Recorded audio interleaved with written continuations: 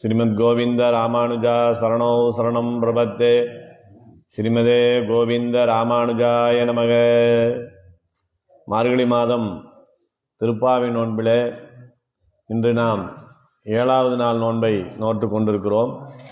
இன்றைய பாசுரமானது கீசு கீசு என்றெங்கும் ஆனை சாத்தன் கலந்து பேசின பேச்சரவம் கேட்டிலையோ பேய்ப்பெண்ணே, காசும் பிறப்பும் கலகலப்ப கைபேர்த்து வாசன் அருங்குழல் ஆய்ச்சியர் மத்தினால் ஓசைப்படுத்த தயிரரவம் கேட்டிலையோ, நாயக பெண்பிள்ளாய் நாராயணன் மூர்த்தி கேசவனை பாடவும் நீ கேட்டே கிடைத்தையோ, தேசமுடையாய் திரவேலோர் எம்பாவாய் என்கிற பாசம். முதல் 5 பாசுரங்களாலே பகவானுடைய நிலைகளையும் இந்த திருப்பாவை நோன்பிலே நாம் ஈடுபடக்கூடிய காரண காரியங்களையும் தெரிவித்து இதற்கு ஆர்வத்தோடு கலந்து கொள்ளக்கூடியவர்களை எழுப்பும் முகமாக இந்த பாசுரங்கள் வருகிறது. அதில் இன்றைய தினத்தில் பாகவதர்கள் மேலே திடமான ஒரு பாசமும் நம்பிக்கையும் வைத்த குலசேகராழ்வார் என்பவரை முன்னிட்டு அவரை நாம் எழுப்பி அவரையும் இந்த கோஷ்டியிலே சேர்த்து கொள்வதாக நமக்கு ஆச்சாரியர்கள் தெரிவித்திருக்கிறார்கள். குலசேகராழ்வார் எப்படிப்பட்டவர் என்பது நமக்கு தெரியும். அடியார்கள் மீது நம்பிக்கை வைத்து கருணாக பாம்பு இருந்த குடத்திற்குள்ளே கையை விட்டு அங்கையில் அப்படின்னு குடத்துக்குள்ளே கையை விட்டவர். பாகவதர்கள் திருடி இருக்க மாட்டார்கள், அவர்கள் தவறான காரியத்திலே ஈடுபட மாட்டார்கள் என்பதை உலகுக்கு உணர்த்தும் விதமாக சத்தியம் செய்து குடத்துக்குள்ளே கருணாக பாம்பை வைத்து உள்ளே கையை விட்டவர். அப்படி பாகவதர்களோடு சேர்ந்து இருப்பது, பாகவதர்களை கண்களாலே பார்ப்பது, பாகவதனுடைய நன்மைக்கு நாம் முயற்சி செய்வது அனைத்துமே மிக சிறந்தது என்ற ஒரு விஷயத்தை தான் இன்றைய பாசுரத்திலே ஆண்டாள் நாச்சியார் நமக்கு தெளிவுபடுத்துகிறார். நேற்றைய தினத்தில் இந்த கோஷ்டிக்கு புதிதாக வந்து சேர்ந்த ஒருவரை எழுப்பினார் என்று பார்த்தோம். இன்றைய தினத்தில் இந்த கோஷ்டியிலே ஏற்கனவே இருந்து அனுபவப்பட்டு பாகவதர்களோடு சேர்ந்து இருப்பது எவ்வளவு பெரிய சிறப்பு என்பதை அறிந்த ஒரு பெண் அதை மறந்து உறங்கிக் கொண்டிருக்கிறாள். அவளை எழுப்புவதாகத்தான் இந்த பாசுரம் அமைக்கப்பட்டிருக்கிறது. சரி, 5 லட்சம் பேர் கலந்து கொள்ளக்கூடிய ஒரு கோஷ்டியாக இருக்கிறது. அதில் ஒருவர் இருவர் விட்டு போவது சகஜம்தானே. அப்படி விட்டு வந்தவர்களை கொண்டு நாம் கண்ணனிடம் சென்று இந்த நோன்பை நிறைவேற்றலாம் என்று நினைப்பார்களானா? அப்படி நினைக்க மாட்டாங்க. 5 லட்சம் பெண்களிலே ஒருவர் குறைந்தால் கூட நாங்கள் கண்ணனிடம் போக மாட்டோம் என்று உறுதி எடுத்துக்கொண்டு இந்த நோன்பை நோட்கிறார்கள் இந்த ஆயர்பாடி பெண்கள் ஆண்டாளுடைய தலைமையிலே. ஏன் அந்த மாதிரி இருக்கிறார்கள்னா, தன்னுடைய வயிற்றிலே பிறந்த குழந்தைகளுக்கு ஏதாவது நன்மை ஏற்பட்டால் ஒரு தாய்க்கு எவ்வளவு சந்தோஷம் ஏற்படும். அதை போல இதிலே கலந்து கொண்ட ஒவ்வொரு பாகவதர்களுக்கும் நன்மை ஏற்பட்டால் அதை கொண்டு சந்தோஷப்படுவதுதான் இந்த கோஷ்டினுடைய முதன்மையான நோக்கமாக இருக்கிறது. ஏன்னா பாகவதர்களுடைய அனுபவம், அவர்களோடு சேர்ந்து இருப்பது, அவர்களோடு சேர்ந்திருந்து கண்ணனை அனுபவிப்பது, பகவத் விஷயங்களை அனுபவிப்பது என்பது அதுதான் இந்த வைணவத்தினுடைய எல்லை நிலை. அதுதான் நமக்கு மிகப்பெரிய ஒரு இன்பம். அதைத்தான் நாம் பகவானிடத்திலும் ஆச்சாரியனிடத்திலும் தினந்தோறும் கேட்டுக்கொள்ளக்கூடிய ஒரு விஷயமாக இருக்கிறது. இந்த இடத்துல வரும்போது பகவானுடைய அனுபவத்திற்கும் பாகவதர்களோடு சேர்ந்து அனுபவிப்பதற்கும் என்ன வேறுபாடு இருக்கிறது, இதில் எது உயர்ந்தது என்பதற்கு ஒரு உதாரணத்தை சொல்லுகிறார். இந்த வைணவத்தை மிக பிரசாரமாக விரிவுபடுத்தியவர் நமக்கு எம்பெருமானார் ராமானுஜர் என்று தெரியும். அந்த ராமானுஜருடைய சிஷ்யர்களிலே ஒருத்தர் ஆட்கொண்டவில்லிஜீயர் என்பவர். அவர் அங்கே ஸ்ரீரங்கத்துக்கு வருகிற போது நஞ்சியர் அவரிடத்திலே கொண்டு போய் தண்டன் சமர்ப்பித்து நிற்கிறார். ஏதோ ஒரு விஷயம் பேசி கொண்டிருக்கிற போது அந்த ஆட்கொண்டவில்லிஜீயர் சொல்றார், பகவானுடைய விஷயத்தில் எனக்கு மெய்யாகவே பெரிய மகிழ்ச்சி ஏற்படவில்லை என்று சொல்லுகிறார். இதை கேட்ட நஞ்சியருக்கு அதிர்ச்சி. மிகப்பெரிய ஒரு ஆச்சாரியனிடத்தில் சிஷியனாக இருந்தவர், இப்போதும் இந்த வைணவத்தை பரப்பி கொண்டிருப்பவர், எனக்கு பகவானை வணங்குவதிலே மிகப்பெரிய சந்தோஷம் ஒன்றும் இல்லை, என் மனசு உகக்க மாட்டேங்குதுன்னு சொல்றாரு. இவ்வளவு பெரிய ஆச்சாரியனாக இருக்கக்கூடிய நீங்கள் இவ்வாறு சொல்லலாமா என்று அவர் கேட்கிறார். அப்போ சொல்லுகிறார், எனக்கு பகவானிடத்திலே ஈடுபடும் போது மகிழ்ச்சி இல்லை என்றுதான் சொன்னேனே தவிர, அந்த மகிழ்ச்சி எனக்கு எப்போது ஏற்படுகிறதுனா அவனுடைய அடியவர்களான பாகவதர்களை பார்க்கிற போது என் உள்ளமெல்லாம் உகக்கிறது, அப்போதுதான் எனக்கு மெய்யான சந்தோஷம் பிறக்கிறது. அப்போ பகவானை சேவிப்பதை விட, பகவானை தரிசிப்பதை விட அவனுடைய அடியவர்களான பாகவதர்களை தரிசிப்பது எவ்வளவு பெரிய சிறப்பு என்பதை இங்கே இந்த நிகழ்ச்சி மூலமாக நாம தெரிந்து கொள்ளலாம். அதே மாதிரி இன்னொரு உதாரணம் சொல்றாங்க. சிறிதேவி மங்கலம்ங்கிற ஒரு ஊர், அந்த ஊர் பக்கமாக நஞ்சியர் போகிறார். அங்க பார்த்தா பாகவதர்கள் அந்த ஊரிலே உள்ளவர்களுக்கெல்லாம் பிரசாதம் மாற்றி கொண்டிருக்கிறார்கள். ததியாராதனை என்று சொல்லப்படக்கூடிய அன்னதான நிகழ்ச்சியை சிறப்பாக செய்கிறாங்க. இப்ப நஞ்சியர் விசாரிக்கிறார், என்ன நடக்குதுங்க அப்படின்னு கேட்கிற போது அவர்கள் சொல்லுகிறார்கள், இந்த ஊரிலே வைணவர்கள் அந்த ஊரில் உள்ள அனைவருக்கும் பாகவதர்களும் ததியாராதனை என்கிற அன்னதானத்தை செய்து வருகிறார்கள் தினந்தோறும் என்று சொல்லுகிற போது பட்டர் அதில் மகிழ்ச்சி அடைந்தார். என்ன, நஞ்சியருடைய சிஷ்யர்கள் இந்த மாதிரி அன்னதானத்தை செய்கிறார்கள்னா நாம பகவானை அடைவதற்குண்டான காரியம் நம்மிடத்திலே ஒன்றுமே இல்லை. நேரடியாக நம்மக்கிட்ட ஏதாவது பலன் இருக்கானா இல்லை. ஏன்னா திருக்கட்சி நம்பி காஞ்சி வரதட்ட போய் கேட்டார், எனக்கு பரமபதம் இருக்கான்னு. உனக்கு எதுக்கு பரமபதம் இருக்கு, அதுக்கெல்லாம் நீ சரியான காரியங்களை செய்யவில்லைன்னு சொல்லிட்டார் இல்லையா. அப்போ பட்டர் நினைக்கிறார், நாம பகவானை அடைவதற்கு ஏதாவது நம்மிடம் விஷயம் இருக்கிறதான்னா ஒருவேளை இல்லாம இருந்தாலும் இருக்கலாம். ஆனா நஞ்சியனுடைய சிஷ்யர்கள் செய்யக்கூடிய அந்த பாகவத கைங்கரியம் அதை தொடர்ச்சியாக நமக்கும் வந்து சேரும், அதனாலே நமக்கு ஒரு நன்மை ஏற்படும் என்று அவரும் கூறினார். ஆக பகவானை விட அவனுடைய அடியவர்களான பாகவதர்களுக்கு எவ்வளவு பெரிய ஏற்றம் இருக்கிறது என்பதை பற்றி தான் இதில் சொல்லுகிறார்கள். அப்படி வரும்போது இன்றைய தினத்தில் அந்த பெண்ணை எழுப்புகிற போது அந்த வீட்டு வாசலிலே கொண்டு சொல்லுகிறார்கள், பெண்ணே விடிந்து விட்டதனாலே நீ எழுந்து வர வேண்டும் என்று கேட்கிறார்கள். விடிந்ததற்கு உண்டான அடையாளம் என்ன என்று அந்த பெண் உள்ளே என்று கேட்கிறார். அதற்கு இவர்கள் சொல்லுகிறார்கள், ஆணை சாத்தன் கூவுகிறதே, அந்த ஓசை விடிந்ததற்கான அடையாளமாக உனக்கு தெரியவில்லையா என்று கேட்கிறார். ஒரு ஆணை சாத்தன் கூவியதனால விடிந்து விட்டது என்று நாம் எப்படி ஒத்துக்கொள்ள முடியும்? ஏதோ ஒரு பறவை தவறுதலாக அப்படி கூவி இருக்கலாம் என்று சொல்லுகிறார். அப்ப இவங்க என்ன சொல்றாங்க, கீசு கீசு என்றெங்கும் ஆணை சாத்தன், ஒரு பறவை கூவல, இங்க இருக்கிற அனைத்து ஆணை சாத்தான்ற குருவிகளுமே கூவுகிறதே, அது உனக்கு கேட்கவில்லையா என்று கேட்கிறார். பறவை கூவதெல்லாம் வைத்து விடிந்து விட்டது என்று நாம் தெரிந்து கொள்ள முடியுமா? அது உங்களுடைய ஆரவாரத்தினால, நீங்கள் இந்த திருப்பாவை நோன்புக்கு அதிகாலையில் எழுந்து தயாராவதனால அதுவும் விழித்து கொண்டு சென்றிருக்கலாமே ஒழிய இயற்கையாக இன்னும் விடியவில்லை என்று சொல்லுகிறார். அப்ப சொல்றாங்க, அந்த பறவைகள் ஒளி மாத்திரம் எழுப்பவில்லை, அந்த பறவைகள் ஒன்றுக்கொன்று பேசிக் கொள்ளுகிறதாம். அந்த அதாவது பறவைகள் கூட குடும்பமாக வாழக்கூடிய ஒரு நிலை. அந்த ஆண் பறவையும் பெண் பறவையும் பேசுகிறது.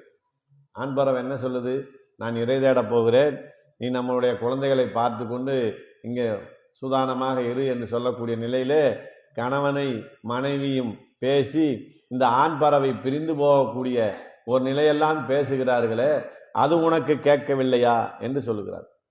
இப்போ இந்த இடத்துல இவங்க இந்த பகவத அனுபவத்திற்கு எது எது காரணமா இருக்கோ எல்லாமே சந்தோஷப்படுற நிகழ்ச்சியா இருக்கு. நேற்று என்ன சொன்னாங்க, ஹரி ஹரி என்று பாகவதர்களும் இந்த ஆயர்பாடியில் இருப்பவர்களும் முனிவர்களும் யோகிகளும் சொல்லக்கூடிய அந்த ஹரிநாம சங்கீர்த்தனம் எங்களுக்கு மகிழ்ச்சியை கொடுத்தது என்று சொன்னார்.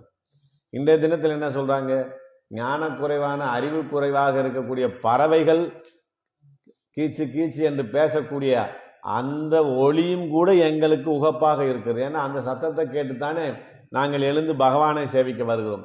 இந்த பகவானை சேவிக்க வருவதற்கு அந்த பறவையினுடைய அந்த ஓசையும் கூட ஒரு காரணமாக இருக்கிறது என்று அதற்கும் இவர்கள் சந்தோஷப்படுகிறார். அதை சொல்லிட்டு சொல்றாங்க, ஒரு பட்சிகள் கூட தன் தலைவனை பிரிய போகிறோமே என்று வருத்தத்தில் இருக்கிற ஒரு நாள் தான் பிரிய போறாங்க. காலையில போனா சாயந்தரம் அந்த பறவை இறையோட வந்துடும்.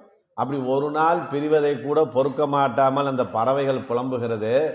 நாம் பகவான் ஸ்ரீ கிருஷ்ணனை பிரிந்து துன்பப்படுகிறோமே, அவனை சேர வேண்டும் என்ற ஆசை உனக்கு இல்லையா? அந்த பறவைகளுக்கு இருக்கிற ஒரு துன்பம் கூட உனக்கு இல்லையா என்று கேட்கிறார்கள். அந்த பறவையை காட்டிலும் நீ அறிவு குறைந்தவளாக ஆகிவிட்டாயா? அதை கடந்து பகவானை அடைவதையும் கடந்து உனக்கு தூக்கம் பெரியதாக போய்விட்டதா என்று கேட்கக்கூடிய நிலை. ஏன்னா இப்பெல்லாம் தூக்கம் தான் பெருசு. நிறைய மாத்திரை சாப்பிட்றவங்களா இருக்கிறதுனால அந்த நேரத்துக்கு மேல நம்ம எழுந்து வர முடியல. ஆனா அந்த நேரத்தில் அப்படி சொல்றாங்க. அதனால என்ன சொன்னாங்க அந்த பெண்ணை? பேய் பெண்ணே, நாங்க இவ்வளவு தூரம் சொல்லி எழுந்து வராமல் இருக்கிறாயே, நீ பேய் பெண்ணாக இருப்பாய் போல இருக்கு, உறக்கத்துல நீ பெரிய பேயாகத்தான் இருப்பாய் இருக்கிறது போல என்று பேய் பெண்ணே என்று கொள்கிறார். அப்ப இந்த இடத்துல பாகவத சம்பந்தத்தை அறிந்தும் அவர்களோடு சேராமல் இருக்கக்கூடிய மதிகேடின்னு சொன்னாங்க. புத்தி இல்லாத பெண்ணே. பெருமாளை வணங்குவதனுடைய நோக்கமே என்ன? தூய்மையான அவனுடைய அடியவர்களோடு சேர்ந்து இருந்து அனுபவிப்பதான் என்ற சிறப்பை அறிந்தும் கூட நேற்றாவது அந்த பெண் பரவாயில்லை, புதுசா வந்தவங்க அவங்களுக்கு தெரியாது.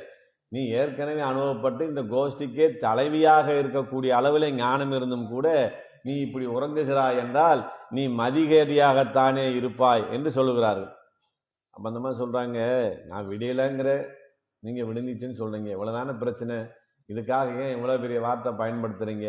விடுந்ததற்கு உண்டான வேறு அடையாளம் ஏதாவது இருந்தால் சொல்லுங்கள் என்று கேட்கிறார். அப்ப சொல்றாங்க, காசும் பிறப்பும் கலகலப்ப கைபேர்த்து வாசன் அருங்குழல் ஆய்ச்சியர் மத்தினால் ஓசைப்படுத்த தைரரவம் கேட்டிலையோ என்று கேட்கிறார்.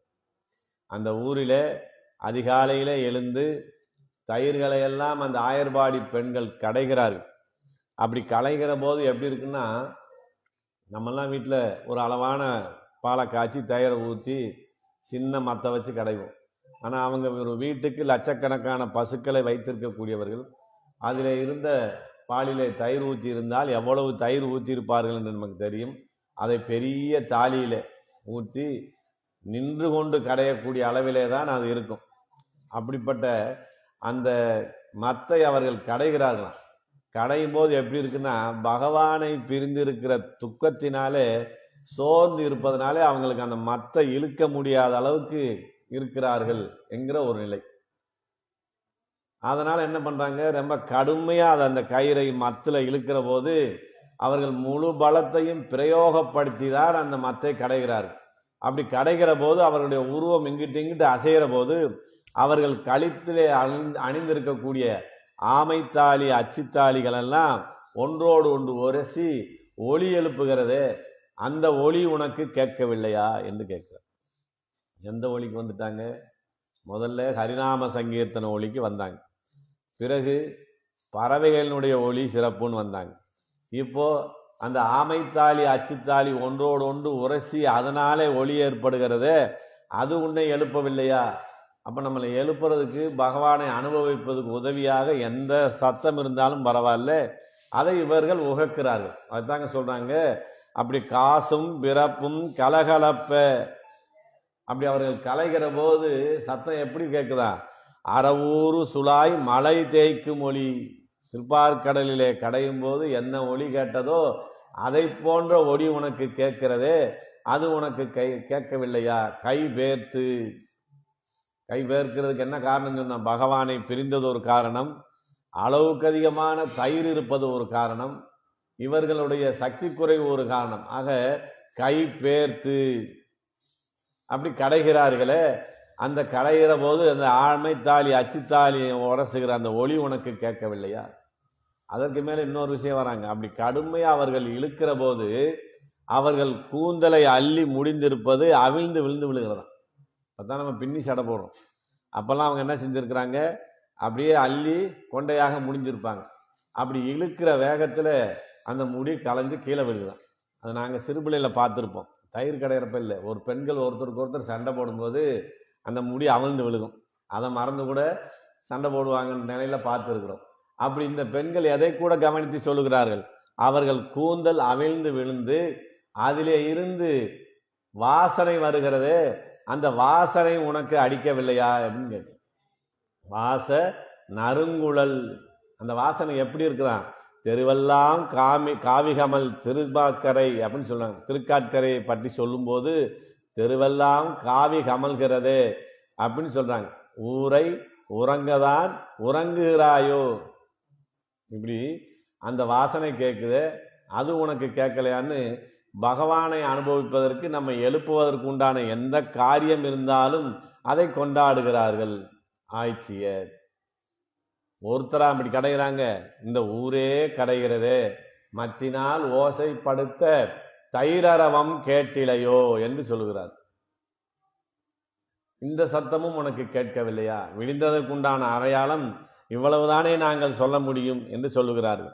இந்த தயிர் கடைகிற ஓசை, இந்த அச்சுத்தாலி ஆமைத்தாளையினுடைய ஓசை, இந்த பெண்களுடைய கூந்தல் அவிழ்ந்து விழுவதனாலே அரிதிலிருந்திருக்கக்கூடிய வாசனை, இதெல்லாம் எங்க போகுதான்? ஆயர்பாடியிலிருந்து கிளம்பி வைகுண்ட தலவும் போய் சேர்கிறது.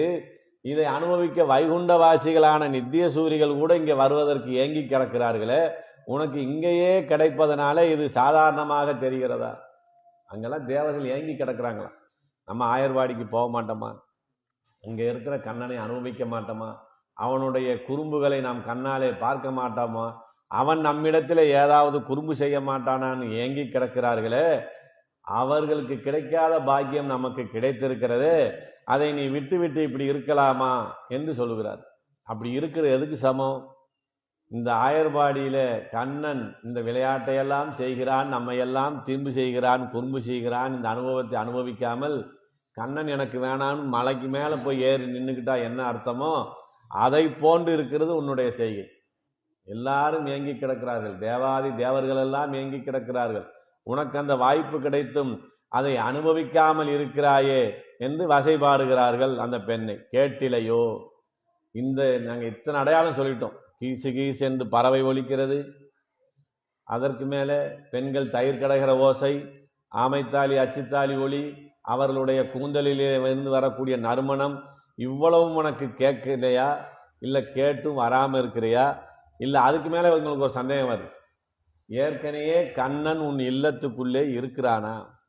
உங்கள் இருவருக்கும் உண்டான பிரணய கழகம் நடந்து கொண்டிருக்கிறதா என்கிற ஒரு சந்தேகத்தையும் அங்கே சொல்லுகிறாரு. அப்ப அந்த பெண் சொன்னாங்க, நீங்க சொன்ன அடையாளங்கள்லாம் சரிதான், பறவையும் விழிந்ததுக்காக கூவவில்லை.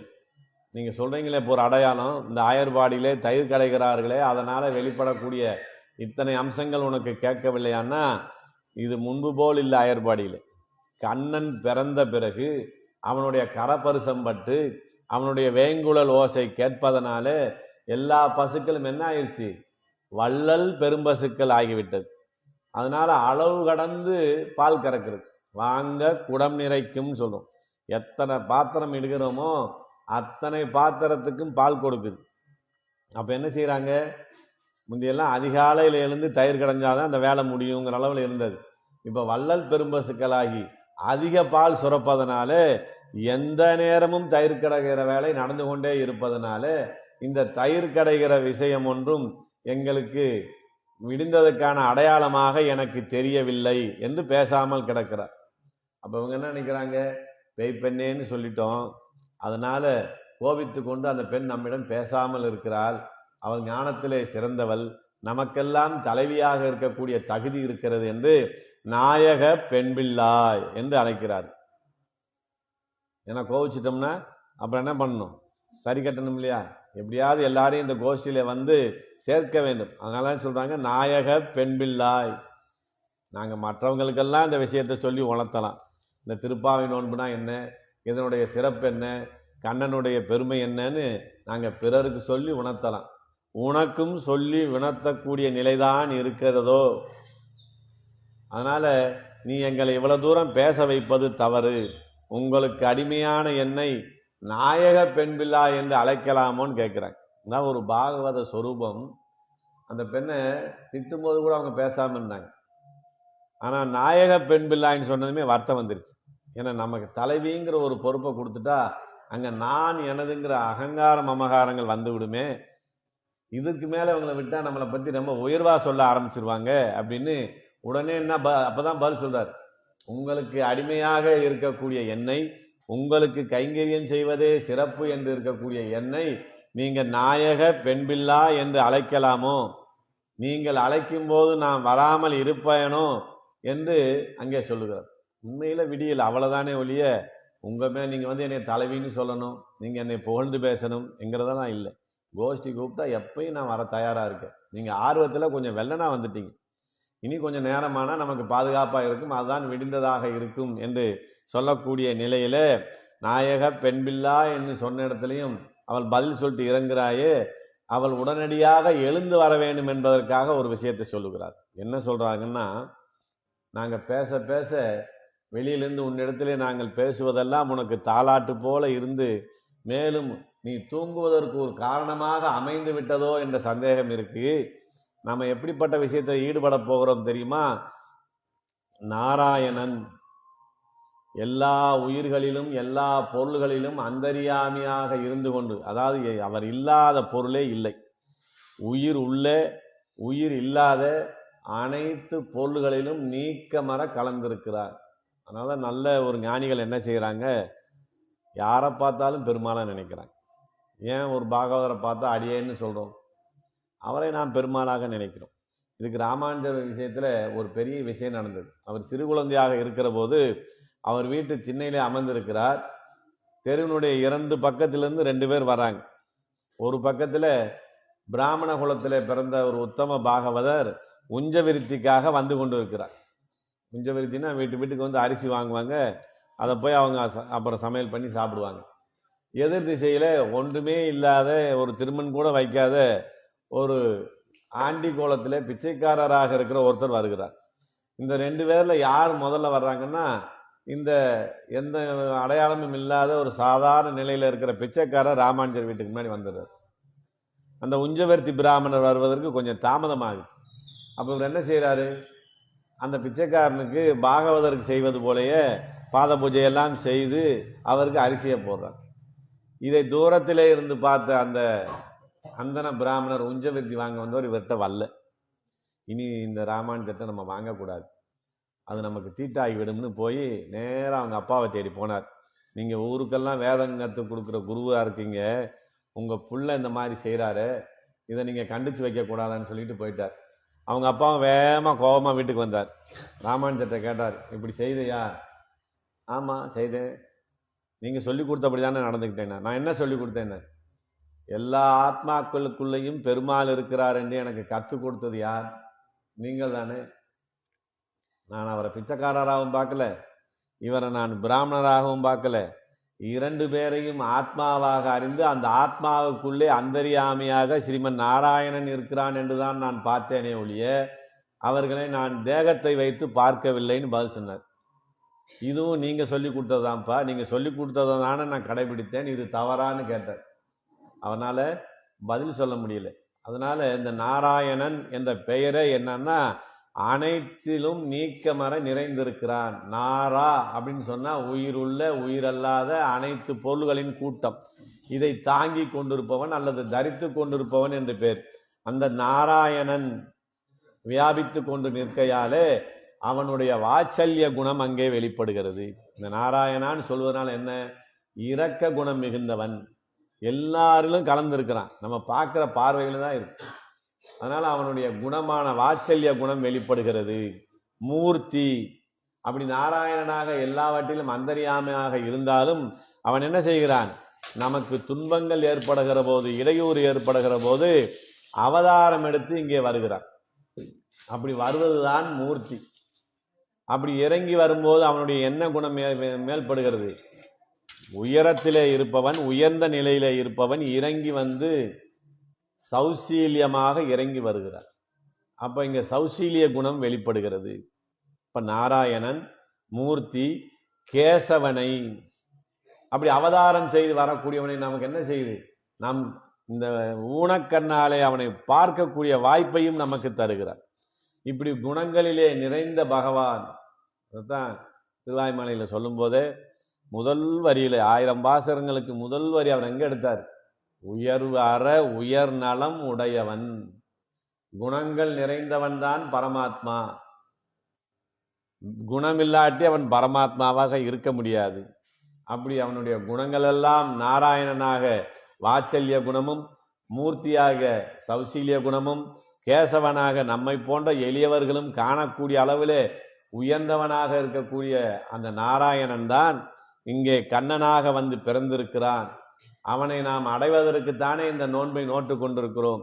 அப்படிப்பட்டவனை அடைவதற்காக நீ உடனே எழுந்து வர வேண்டும் என்று கேசியினாலே அவனுக்கு ஆபத்து இருக்கிறது என்பதை சொல்வது முகமாக கேசவன் என்று சொன்னார். சொன்னா கேசி ரூபத்துல ஒரு அசுரன் வந்தான். அந்த அசுரனை எல்லாம் கண்ணன் என்ன செய்தார்?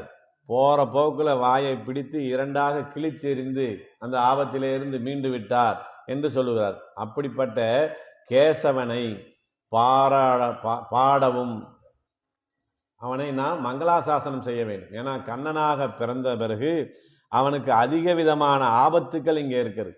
ராமனாக இருந்தபோது அவன் வாலிபனான பிறகுதான் ஆபத்து. கண்ணனாக இருக்கும்போது அவன் குழந்தையாக இருக்கும் போதே ஆபத்து இருக்கிறது. அங்கே முளைக்கிற புல் பூண்டு கூட அவனுக்கு விரோதமானதாக இருக்கிறது. அப்படிப்பட்டவனை நாம் மங்களாசாசனம் செய்ய வேண்டாமா? அவனிடத்துல போய் இவ்வளவெல்லாம் கஷ்டப்பட்டு எழுப்பி கண்ணனிடத்துல போய் நம்ம இன்னைக்கு நமக்கு வேண்டியதெல்லாம் கேட்டுருவோம். குடும்பத்தில் என்னென்ன தேவைன்னு ஒரு பட்டியல் போட்டு வச்சு, கண்ணா மறந்துடுவேன் பேப்பரில் எழுதி வச்சிருக்கிறேன், இந்த வாசிக்கிறேன் பாரு, இதெல்லாம் எனக்கு கொடுன்னு கேட்க போலாம்னா சொன்னாங்க.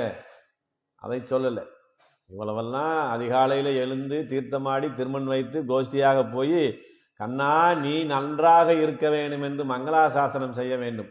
அந்த கேசவனை பாடவும் ஏன் இந்த எண்ணம் இவங்களுக்கு வருது? பெருமாள்கிட்ட போனால் ஏதாவது கேட்க வேண்டியதானே? என்னென்னமோ கேட்கணும்னு திருப்பதிக்கு போவோம். அங்கே போய் வரிசையில் காத்து கடைசியில் அந்த கொடிமரத்தை தாண்டி சன்னதிக்குள்ளே நுழைஞ்சு அதையும் தாண்டி அந்த கேட்டுக்குள்ளே கட மண்டபத்துக்குள்ளே விடும்போது என்ன கேட்க போனோம்னே மறந்து பெருமாளை பார்த்தா போதும்னு கையை தூக்கி கோவிந்தான்னு சொல்லப்போ ஜருகண்டின்னு அங்கே பிடிச்சி நம்மளை தள்ளி விட்டுருவாங்க. அடாடா கேட்க முடியாமல் வந்துட்டோமே அப்படின்னு நமக்கு வந்துடும். அந்த இடத்துல அந்த மாதிரி எண்ணங்கள் நமக்கு ஏற்படும். அதுதான் அளவு கடந்த பக்தியினுடைய வெளிப்பாடாக இருக்கிறது. இந்த எண்ணம் மங்களாசாசனம் செய்யக்கூடிய எண்ணம் இவர்களுக்கு ஏன் வந்ததுன்னா, ஆண்டாள் தலைமையிலே நோன்பு நடக்கிறது. அந்த ஆண்டாள் யாருன்னா பெரியாழ்வாருடைய மகள். பெரியாழ்வார் பெருமாள்கிட்ட எதுவுமே கேட்கல. பல்லாண்டு பல்லாண்டு பல்லாயிரத்தாண்டு பல கோடி நூறாயிரம் மல்லாண்டு நின்றோல் மணிவண்ணா உன் செவ்வடி செவ்வி திருக்காப்புனார். நீ நல்லா இருக்கணும், உன் சங்கு நல்லா இருக்கணும், உன் சக்கரம் நல்லா இருக்கணும், உன்னுடைய ஆயுதங்கள்லாம் நல்லா இருக்கணும், நீ நல்லா இருந்தா எனக்கு போதும்னார். அதனாலதான் விஷ்ணு சித்தராக இருந்தவர் பெரிய ஆழ்வார் ஆயிட்டார். ஏன்னா அவருக்குன்னு எதுவுமே கேட்கல. சுயநலமா கேட்கலன்னா பெரியவர், சுயநலமா கேட்டா சிறியவர். நாம பெரியவர் ஆகிறதா சிறியவர் ஆகிறதான்னு நம்ம தான் முடிவு பண்ணணும். அப்ப நம்ம எதுவுமே கேட்காட்டி பெருமாள் நமக்கு எதுவும் கொடுக்க மாட்டாரான்னு, அவர் என்ன கொடுக்கணும்னு நினைக்கிறாரோ, நமக்கு எது கிடைக்க வேண்டும் இருக்கிறத கட்டாயமாக கொடுப்பார். நமக்கு எது கிடைக்கக்கூடாதுன்னு இருக்க நிச்சயமாக அது நமக்கு கிடைக்காது. அதனால பகவானே தஞ்சம் என்று இருந்தால் நமக்கு கிடைக்க கூடாது என்று விதிக்கப்பட்ட விஷயங்கள் கூட பகவானுடைய அருள் இருந்தால் நமக்கு கிடைக்கும். அப்ப நமக்கு கிடைப்பதற்கான மூலாதாரமாக இருப்பது யார்? பெருமாள். அந்த பெருமாள் நன்னா இருந்தா நமக்கும் நன்மை, நமக்கு பின்னுள்ளவர்களுக்கும் நன்மை, எல்லோருக்கும் நன்மை கிடைக்கும். அதனால அந்த கேசவனை பாடவும் நீ கேட்டே கிடைத்தையோ அப்படிங்கிறார். நாங்க அவனை பற்றி இந்த பெருமையா சொல்ல சொல்ல சொல்ல நீ எழுந்து வருவாயின்னு பார்த்தா, நீ இதை கேட்டு கேட்டு அப்படிப்பட்ட உயர்ந்தவனா கண்ணன், அவனையா நாம் சரணமடைகிறோம், அவனுக்கான நோன்பா நாங்க நோக்கிறோம் என்று நீ ஏகாந்தத்திலே ஆனந்தத்திலே மீண்டும் தூங்குவதற்கான நிலைக்கு போகிறாய். ஆனா நீ தூங்கினாலும் கூட வெளியிலிருந்து உன்னை பார்க்கக்கூடிய வாய்ப்பு எங்களுக்கு கிடைக்கிறது. அவனுடைய இந்த பெருமையை கேட்க கேட்க கேட்க இந்த செவியிலே உனக்கு அந்த விஷயங்கள் படப்பட என்ன நடக்குதுன்னா, உன்னை அறியாமல் உன்னுடைய தேகத்திலே ஒரு தேஜஸ், ஒரு ஒளி ஏற்படுகிறது. நீ பிரகாசமாக ஜொலிக்கிறாய். காலைல எந்திரிக்கல, என்ன நீ குளிக்கல, இருந்தாலும் கூட நீ ஒளி மிகுந்தவளாக இருக்கிறாய். ஏன்னா பகவானுடைய அனுபவம் உன் மனதிலே ஓட ஓட, அதான் என்ன சொல்றாங்க, அகத்தின் அழகு முகத்திலே தெரியும். அதான விஷயம். அது பகவானை பத்தின சிந்தனை உன் மனசுல ஓட ஓட ஓட உனக்கு என்ன ஆகுதுன்னா, நீ பிரகாசமாக ஜொலிக்கிறாய். அப்படி நீ கேட்டே கிடத்தையோ தேசமுடையாய் திரவேலோரம்பாவாய். இந்த தேசம்ங்கிறதா தேஜஸ். அந்த தேஜஸ் ஒளி வெறிந்திய உன்னுடைய அந்த தேகத்தை நாங்களும் பார்க்க வேண்டும், நீ மாத்திரம் அனுபவிக்க கூடாது. அதனால நீ என்ன செய்யற, உடனடியாக வந்து இந்த கதவை திறந்து உன் திருமேனியை நாங்களும் அனுபவிக்கக்கூடிய அளவிலே எங்களுக்கு நீ உதவியாக இருக்க வேண்டும் என்று சொல்லுகிறார். நான் பகவானை நாம் அனுபவிப்பதை விட அவனுடைய அடியவர்களுக்கு நாம் செய்யக்கூடிய தொண்டு, அவர்களை நாம் உபசரிக்கிற உபசரிப்பு, அது பகவானையே மகிழ்விக்கும். இது நம்ம ஏற்கனவே பார்த்துருக்கிறோம். பகவான் உகப்பாக இருக்க வேண்டும். எப்போ அவர் உகப்பா இருக்கிறார்னா, அவனுடைய அடியவர்கள் எப்போது உகப்பாக மகிழ்ச்சியாக இருக்கிறார்களோ அப்போது அவரும் மகிழ்ச்சியாக இருக்கிறார். அடியவர்கள் எப்போ மகிழ்ச்சியா இருப்பாங்க? பெருமாள் நம்ம கேட்கறதெல்லாம் கொடுத்துட்டாரு, இன்னும் ஏதாவது கேட்கணுமா ஞாபகம் வரமாட்டுது, கொடுக்கும் போதே வாங்கிக்கலாம் அப்படின்னு சிட்டை போட்டுட்டு வந்து கேட்கிறோமா, அப்பயா நம்ம சந்தோஷமா இருக்கும். பகவான் உகப்பாக இருந்தால் நாம் உகப்பாக இருக்கிறோம். இது ஏற்கனவே சொல்லியிருக்கோம். ஒரு சக்கரை மாதிரி அடியவர்களுடைய மகிழ்ச்சி தான் பெருமாளுக்கு பிரதானம், பெருமாளுடைய மகிழ்ச்சி தான் அடியவருக்கு பிரதானம். பரஸ்பரம் ரெண்டு பேரும் சந்தோஷமா இருந்தா இந்த உலகத்துக்கு நன்மை. இதுல யாரும் வருத்தப்படக்கூடாது. அதனால ஒரு பாகவதர் இடத்துல அபச்சாரப்படக்கூடாது, அவர்களை துவேசிக்க கூடாது. நாம் அவங்களுக்கு ஒத்துழைப்பு கொடுக்கலைனாலும் பரவாயில்ல, அவர்களை தொந்தரவு செய்யாமல் விட்டுவிட வேண்டும் என்கிற நிலையிலே ஒரு பாகவதர்களோடு சேர்ந்திருப்பது, பாகவதர்களோடு சேர்ந்து பகவானை அனுபவிப்பது எவ்வளவு சிறப்பு வாய்ந்தது என்பதை இந்த 7வது பாசனம் மூலமாக ஆண்டாள் நாச்சியார் நமக்கு தெரிவித்திருக்கிறார்கள் என்று சொல்லி நிறைவு செய்கிறேன். ஸ்ரீமதே ராமானுஜாய நமக.